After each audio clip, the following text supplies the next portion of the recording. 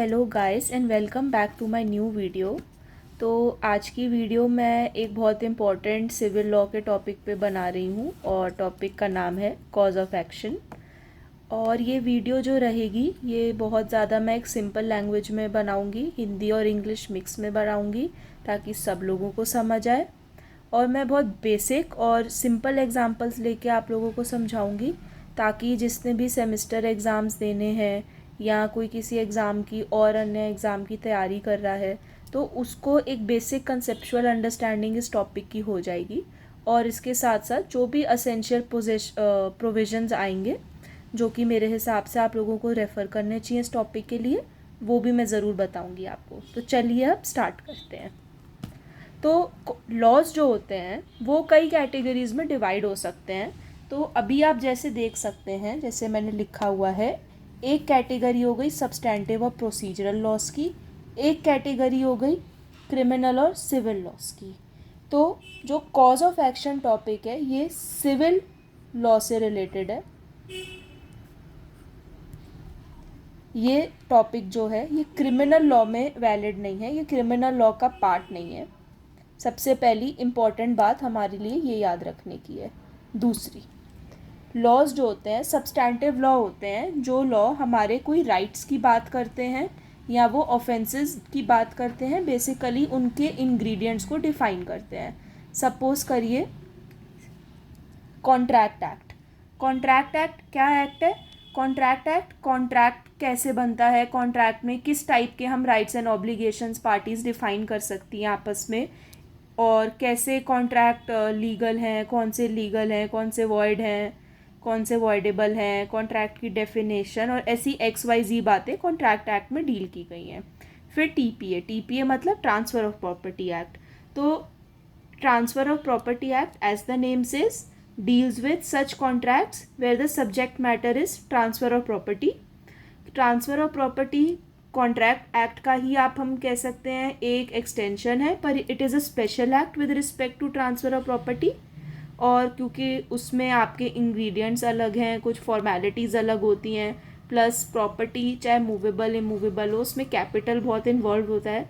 तो इन्हीं सब बहुत सारे प्रैक्टिकल रीजंस की वजह से टीपीए शुरू से ही एक अलग लॉ रहा है, जबकि उसमें कॉन्ट्रैक्ट एक्ट की भी काफ़ी चीज़ें फॉलो होती हैं। रेंट लॉज हो गए, फिर यहाँ पे मैंने लिखा नहीं है पर सेल ऑफ गुड्स एक्ट हो गया, इंडियन पार्टनरशिप एक्ट हो गया। तो ये जैसे जितने भी एक्ट हैं ये सारे सब्सटैंटिव एक्ट्स हैं और ये सारे सिविल नेचर के हैं। सिविल एक्ट्स क्या होते हैं? सिविल लॉ क्या होता है? सिविल लॉज वो लॉज होते हैं जो कि पार्टीज के बीच की बात से डील करते हैं। Civil laws are those laws which deal with rights and obligations arising between the parties and they do not impact the society at large. ये एक बहुत सिंपल अंडरस्टैंडिंग है सिविल लॉ की। बेसिकली अब कॉन्ट्रैक्ट है, suppose करिए x और Y के बीच में कॉन्ट्रैक्ट है, वो कॉन्ट्रैक्ट ब्रीच होता है, वो लोग कोर्ट जाते हैं उस कॉन्ट्रैक्ट के लिए। तो उससे क्या फ़र्क पड़ता है एक थर्ड पर्सन को? सपोज जेड है, वो कुछ भी कर रहे हैं, कोई बात नहीं, उनका कॉन्ट्रैक्ट उनका ब्रीच, हमें फ़र्क नहीं पड़ता। तो ये एक बहुत प्रैक्टिकल अंडरस्टैंडिंग है सिविल लॉ की। अब यहीं पे अगर मैं क्रिमिनल की बात करूं तो जो ये मैंने एक्ट्स लिखे हैं आईपीसी, अब आईपीसी रिपील हो चुका है, भारतीय न्याय संहिता है, पॉक्सो है, ये हैं क्रिमिनल लॉज और क्रिमिनल सब्सटैंटिव लॉज हैं ये।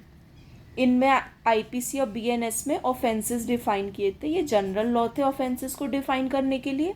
और जो पॉक्सो था, पॉक्सो चाइल्ड सेक्सुअल अब्यूज़ वगैरह जैसे सब्जेक्ट मैटर्स पे ऑफेंसेस डिफाइन करता था। तो ये हो गए इनके एग्जांपल्स। अब मैंने ये आप लोगों को इसलिए समझाया, कोई भी सोचेगा कि ये चीज़ पहले डिस्कस करने की क्या ज़रूरत थी, पर मैंने ये चीज़ पहले इसलिए डिस्कस करी है क्योंकि जो कॉज ऑफ एक्शन का टॉपिक है वो सिर्फ सिविल लॉ पे एप्लीकेबल होता है, सिविल सब्सटैंटिव और प्रोसीजरल ऑब्वियसली। तो मैं बस इसलिए ये समझाया है कि cause of action has nothing to do with IPC. दो हम कभी क्रिमिनल लॉस पढ़े तो हमें सिमिलर टॉपिक लग सकता है कोई, पर ऐसा है नहीं, it is completely different. Cause of action is a purely civil topic. So as the name suggests, cause of action, इसकी डेफिनेशन है cause of action is such legal claim upon which action can be initiated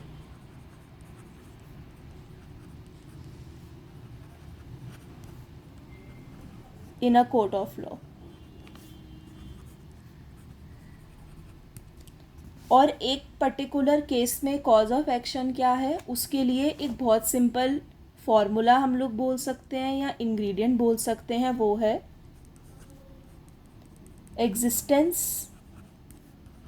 of a legal right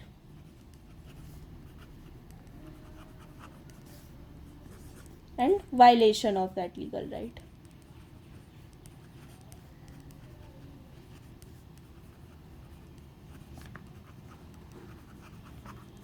now एक चीज़ मैं यहाँ पे clear करना चाहूँगी कि हमारे कंट्री का सिविल प्रोसीजरल लॉ है CPC 1908, बट CPC में कॉज ऑफ एक्शन डिफाइन नहीं किया गया है.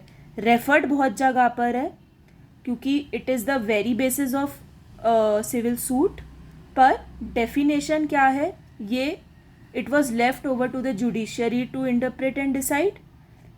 सिविल लॉ हमारा जो CPC है उसमें कहीं भी ये डिफाइन नहीं है कि कॉज ऑफ एक्शन क्या है.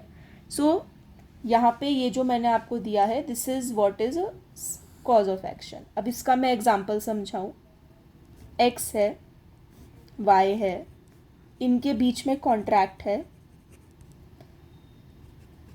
Y ने कॉन्ट्रैक्ट ब्रीच कर दिया, ही ब्रीच्ड द कॉन्ट्रैक्ट. अब ये सोचिए आप, अगर X है और Y है, उनके बीच में कॉन्ट्रैक्ट है. कॉन्ट्रैक्ट क्या हुआ, एग्जिस्टेंस ऑफ अ राइट. दोनों पार्टीज़ के पार्ट पे ऑब्लिगेशंस हैं फुलफिल करने को. X हो गया, सपोज करिए कि कोई ये सेल ऑफ गुड्स का कॉन्ट्रैक्ट है, तो X को अगर गुड्स देने हैं Y को, तो Y को उसको मनी देना है. तो दोनों पार्टीज़ के पार्ट पे राइट्स हैं, और जब तक दोनों पार्टीज़ के राइट्स उनको मिल रहे हैं और ऑब्लिगेशंस जो हैं वो लोग फुलफ़िल कर रहे हैं, तब तक कोई ब्रीच नहीं हो रहा और कोई सिविल सूट होने की बात ही नहीं उठती. सिविल सूट तो तब होगा जब जो एग्जिस्टिंग राइट है, मतलब right to pay and right to get the goods, वो वायलेट हो रहा है. तो अगर कुछ वायलेशन होगा तो ही तो ब्रीच होगा, और ब्रीच होगा तो ही आप सूट फाइल करेंगे. So basically cause of action, as I said, is a legal claim upon which action can be initiated in a court of law. ठीक है. इसके आगे की बात, cause of action अगर सपोज करिए प्लेंट है एक. जिन लोगों को नहीं पता प्लेंट क्या होता है, वो लोग CPC का ऑर्डर 4, ऑर्डर 6, ऑर्डर 7 पढ़ें, और इसके अलावा सेक्शन 26 पढ़ें. ब्रीफ आपको मैं ये बता देती हूँ कि प्लेंट एक वो डॉक्यूमेंट है. Plaint is such a document the presentation of which leads to the initiation of civil suit. Basically अगर आपको किसी के भी अगेंस्ट सिविल सूट फाइल करना है, तो प्लेंट एक डॉक्यूमेंट होता है जिसमें आप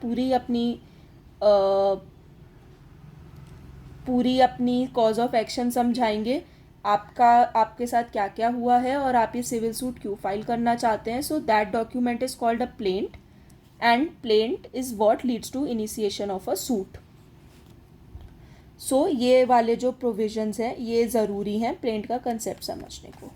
तो प्लेंट की बात यहाँ इसलिए की गई है क्योंकि ऑर्डर 7 रूल 11 है, जिसको हम लोग कोर्ट प्रैक्टिस में ऑफन 7-11 बोलते हैं सीधा. तो ऑर्डर 7 रूल 11 में क्लियरली रेट डाउन है कि अगर एक प्लेंट में